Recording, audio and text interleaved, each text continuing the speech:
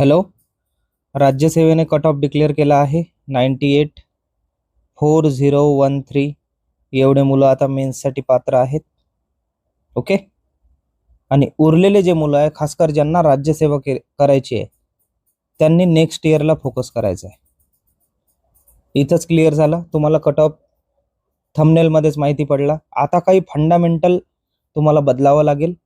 आयोगानं काय संभाव्य बदल केलेत आणि फ्युचरमध्ये काय संभाव्य बदल होऊ शकतात, मार्केट इकॉनॉमी कशी चालेल आणि तुम्हाला अल्टिमेट स्ट्रॅटेजी कोणती वापरायची आहे, या व्हिडिओच्या माध्यमातून तुम्हाला अत्यंत ऑथेंटिक आणि टू द पॉइंट माहिती मिळणार आहे. चला तर मग व्हिडिओला सुरुवात करूया.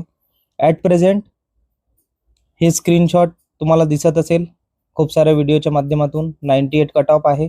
मॅक्झिमम कॅटेगरीचा 98 कट ऑफ आहे. EWSचा कट ऑफ 85 आहे. SCचा कट ऑफ आहे 94 आणि STचा आहे 86. तर अल्टिमेटली आपल्याला ही 98 ही बाउंड्री आहे. ही बाउंड्री आपल्याला नेक्स्ट इयरसाठी खूप सारं काही सांगून जाते. मात्र या वर्षीच्या पेपरनं आपल्याला काय सांगितलं आहे ते आपण पहिले बघून घेऊ. सर्वात अगोदर 2026चा जो पॅटर्न आहे त्यामध्ये प्रामुख्याने 3 बदल आपल्याला नजरेसमोर दिसले सर्व, आणि तो आपल्याला प्रिपरेशनला कसा इम्पॅक्ट करू शकते आपण बघू. सर्वात अगोदर सर्वात घातक ट्रेंड सुरू झाला आहे. तुम्ही म्हणाल हा दरवर्षी असते, मात्र हा सर्वात घातक आहे. प्रिलिममध्ये 10 प्रश्न जेव्हा फेरबदल होते, 6 रद्द 4 प्रश्नांची उत्तरे, म्हणजे आयोगातर्फे प्रश्नात जो होणारा फेरबदल आहे हा जर 10% जात असेल तर नेक्स्ट अटेम्प्टमध्ये तुम्ही किती अटेम्प्ट करणार यावर निश्चितच हा इम्पॅक्ट करेल. कारण आपण रेफरन्स हा बेस इयरचा घेत असतो. मागच्या इयरला काय झालं, मागच्या इयरला जर अशा गोष्टी होत असेल तर तुम्हाला पहिली गोष्ट अनप्रेडिक्टेबिलिटी आली आहे की अटेम्प्ट किती करायचा आहे, यावर तुमची अभ्यासाची रूपरेषा ठरेल.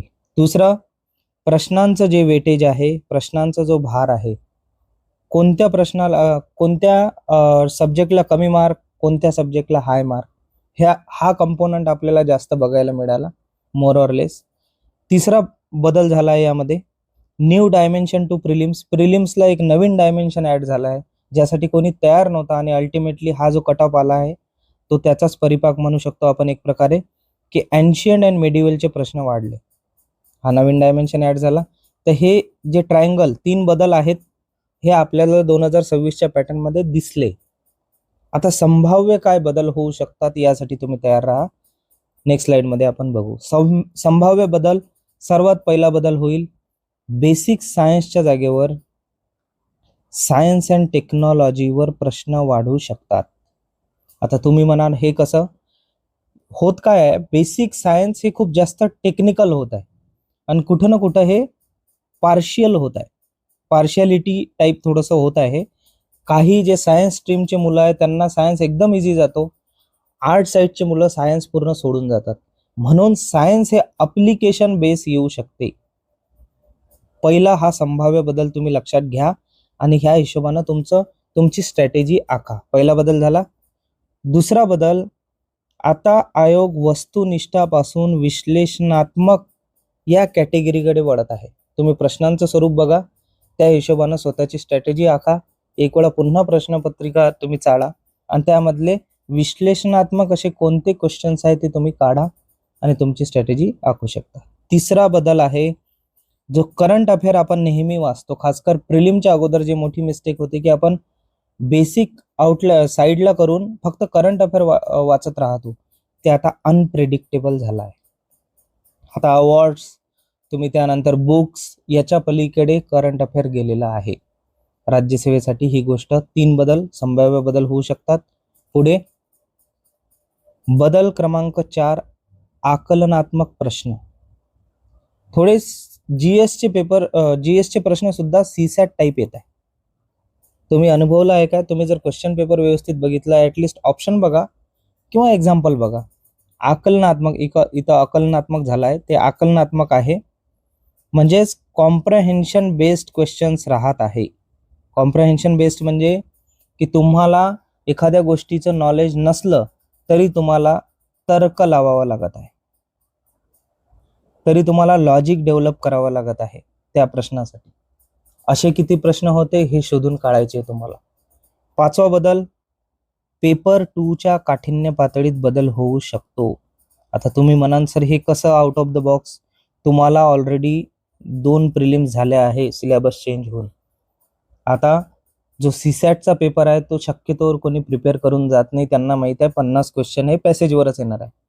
मात्र आता जर सर्व काही बदलत आहे तर या बदलासाठी तुम्ही तयार राहा. सीसॅटचे जे क्वेश्चनचे टाईप आहेत जे एकदमच बदलणार नाही, मात्र हळूहळू UPSC पॅटर्नकडे ते जाण्याचा प्रयत्न करतील. एक लेवल प्लेइंग फील्ड करण्याचा ट्राय करतील. नाही तर तुम्ही थोडंसं लॉजिक लावा, सीसॅटचा पेपर घेण्याची गरज काय आहे. झालं.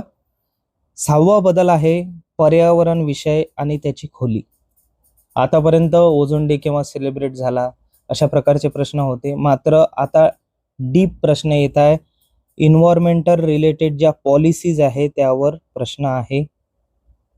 एअरच्या पलीकडे ही गोष्ट आता गेली आहे. म्हणजेच तुम्हाला समजत आहे की आधी आवाका जास्त होता प्रिलिमचा, आता डेप्थ जास्त आहे. टॉपिक तेच राहतील खूप डेप्थमध्ये. हे बदल होऊ शकतात संभाव्य. मात्र आता तुम्ही म्हणाल हे संभाव्य बदल सर होत आहे, मग सर्व काही बदल होत असताना आम्ही काय करावं? तुम्ही काहीच नका करू, कारण मूळ संरचना तशीच आहे. आता मूळ संरचनेचा अर्थ काय आहे? बेसिकली जास्त गुण जे प्रिलिम मध्ये देऊन जातात सब्जेक्ट, त्यांचं weightage more or less same ठेवलं आहे. आलं लक्षात? आपण अनप्रेडिक्टेबल 100 जर क्वेश्चन असेल तर 40 प्रश्न जे अनप्रेडिक्टेबल आहे आपण त्याकडे लक्ष देत आहोत. मात्र 60 प्रश्नाकडे तुम्ही लक्ष द्या व्यवस्थित. अर्थशास्त्र बेसिक एकदम तुम्हाला स्टेट बोर्डचे किंवा NCERTचे बुक्स वाचावे लागतील. भूगोल पुन्हा प्राकृतिक भूगोलावर जास्त प्रश्न येत आहे. राज्यशास्त्र यामध्ये तुम्हाला थोडीशी तुमची विड्थ वाढवावी लागेल. जे तुमचा आर्टिकल्स आहे आर्टिकलच्याही पलीकडे जावं लागेल तुम्हाला. एक तुम्हाला एक्सप्लेन करणारे जे आर्टिकल्स असतात करंट अफेअर मधले त्यावरचे सेंटेन्स येत आहे. आणि इतिहास हा विषय जो आहे तो आता हळूहळू मेन्स ओरिएंटेड क्वेश्चन्स ते विचारत आहेत. म्हणजेच आपला जो गाभा आहे मूळ आपल्या हा प्रिपरेशनवरच, तुम्ही जर ह्या 60 वर जर लक्ष केंद्रित केलं तर प्रिलिमचं प्रिपरेशन इझी होईल. जर तुम्ही करंटकडे जास्त वळला तर सेम घटना होऊ शकते आपल्यासोबत. त्यानंतर न्यू उपयोजनात्मक नवीन संकल्पना आणि विषय याबद्दल जर बोलायचं झाल्यास त्यांनी हा पोर्शन जर ऍड केला, काहीतरी नवीन प्रिलिम्स मध्ये करायचा ट्राय केला त्यांनी, तर प्रश्नाची काठिण्य पातळी जी लेवल आहे ते 1 किंवा 2 वरच राहील. म्हणजे सांगायचा उद्देश काय आहे? जसं एन्शियंट हिस्ट्री किंवा मध्ययुगीन भारत असो, प्राचीन भारतावर त्यांनी जो प्रश्न विचारला आताही जोड्या लावा प्रश्नावरच आहे ते, किंवा एका वाक्यात उत्तर द्या, किंवा तुम्हाला जर एक्झॅक्ट फॅक्ट माहिती आहे तर तुम्ही ते टिक करू शकता. म्हणजे सध्याही लेवल 1 वर राहतील. जर सायन्सचे प्रश्न अप्लिकेशन बेसवर आले, जसा एक्सरेचा प्रश्न तुम्ही बघितला होता कंबाईंडला, ते एक्सरेच्या प्रश्नामध्ये जसा अप्लिकेशन बेस त्यांनी विचारला, हा जस्ट रेफरन्ससाठी सांगत आहे तुम्हाला, तर अशाच प्रकारचे प्रश्न ते मूळ संरचनेतच विचारतील ज्यांची लेवल 1 किंवा 2 राहू शकते. आता मार्केटमध्ये काय होणार आहे चेंजेस हे खूप इम्पॉर्टंट आहे. मार्केटमध्ये काय होणार आहे हे इम्पॉर्टंट यासाठी आहे, जेवढी अनप्रेडिक्टेबिलिटी वाढते तेवढी भीती वाढते. आधी हे चक्र समजून घ्या तुम्ही. अनप्रेडिक्टेबिलिटी जेवढी वाढते तेव्हा भीती वाढते. भीती वाटल्यामुळे तुम्हाला भटकल्यासारखं वाटते, आणि भटकल्यामुळे आपण गायडन्सकडे जातो आणि गायडन्समध्ये हरवून जातो. तुम्ही आता लहान नाही, गायडन्सला मर्यादा असाव्या. गायडन्स हे डायरेक्शनवर डिपेंड असावं, ना की तुम्ही सोबत प्रिपरेशन करताय असं गायडन्स होत नाही. एक डायरेक्शन क्लिअर कट असावी. ह्या व्हिडिओच्या माध्यमातून तुम्हाला जर तसं काही मिळत असेल तर तुम्ही चॅनलला जरूर सबस्क्राईब करा, कारण थेट तुम्हाला नॉलेज इथं मिळत आहे. आपलं चॅनलचं नावच आहे नॉलेज सिग्नल. आता मार्केट पासून दूर राहून स्वतःचं ॲनालिसिस करा. पहिला पॉईंट, मार्केट तुम्हाला इझिली जे ॲनालिसिस करून देते ते एक्सेप्ट करू नका. याचं रिझन हे आहे, त्यात स्वतःची मतं असतात, त्यात स्वतःचे हित असतात. आता स्वतःचे मत आणि स्वतःचे हित असल्यावर तुमच्या मताचा आणि तुमच्या हिताचा कमी विचार होतो, हे मार्केटबद्दल नेहमी लक्षात ठेवायचं. दुसरी गोष्ट, अनिश्चितता जेवढी वाढली, पुन्हा तुम्ही फंडामेंटल पासून दूर जाल. तुम्हाला मोठे मोठे पुस्तकं सांगण्यात येतील, तुम्हाला रेफरन्स बुक मोठे सांगण्यात येतील, आणि अल्टिमेटली तुम्ही फक्त ज्ञान कंझ्युम कराल, नॉलेज कंझ्युम कराल, इन्फॉर्मेशन कंझ्युम कराल. अप्लिकेशन कुठं आहे त्याचं? त्यामुळे तुम्ही फंडामेंटल पासून दूर जाऊ नका. तिसरी गोष्ट, छोटीशी एखादी गोष्ट वहर ॲनालिसिस करून फुगवून सांगितल्या जातील, ह्या गोष्टीपासून सुद्धा तुम्ही बचावून राहा. चौथा, मूळ मुद्दा सोडून तुम्ही वेगळ्याच डायरेक्शनने अभ्यासाला लागाल. ह्या गोष्टी फक्त ध्यानात ठेवून तुम्ही गायडन्स घ्या.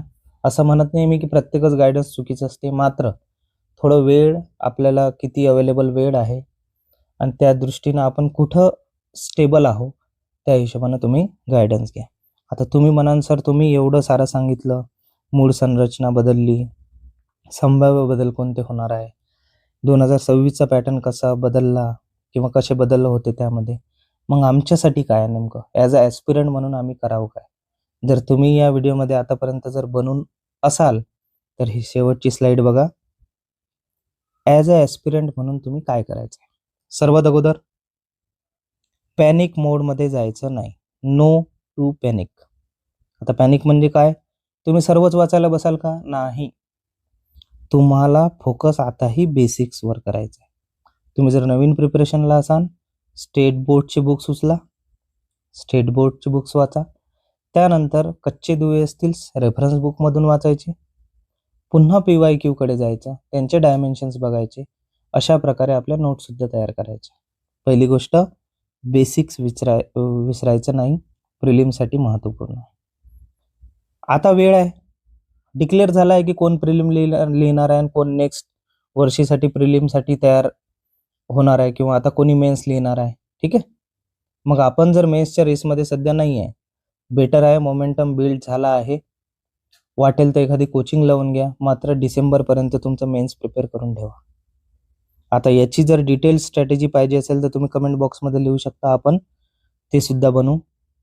तिसरी गोष्ट, कोणत्याही परिस्थितीत पूर्व परीक्षेसाठी आता 3 महिने राखून ठेवा, कारण आता तुमचं कॉम्पिटिशन डायरेक्ट UPSC करणाऱ्या विद्यार्थ्यांसोबत सुद्धा आहे. आणि जे MPSC आता 2 मेन्स लिहिल्या किंवा असे विद्यार्थी, हा क्राऊड वाढत जाईल. अनसर्टनिटीमध्ये आपण हरवलं गेलो नाही पाहिजे, म्हणून 3 महिने कोणत्याही परिस्थितीत राखून ठेवायची मेन्स नंतर. आणि शेवटी वर्षभरात एकच फॉर्म्युला यूज करायचा आहे. कोणी कितीही टाइम मॅनेजमेंट काहीही सांगितलं, मी तुम्हाला सिंपल स्ट्रॅटेजी सांगतो.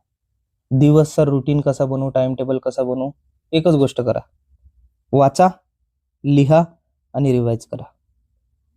कितीही लिहा तुम्ही, अल्टिमेटली मेन्समध्ये तुम्हाला लिहायचंच आहे.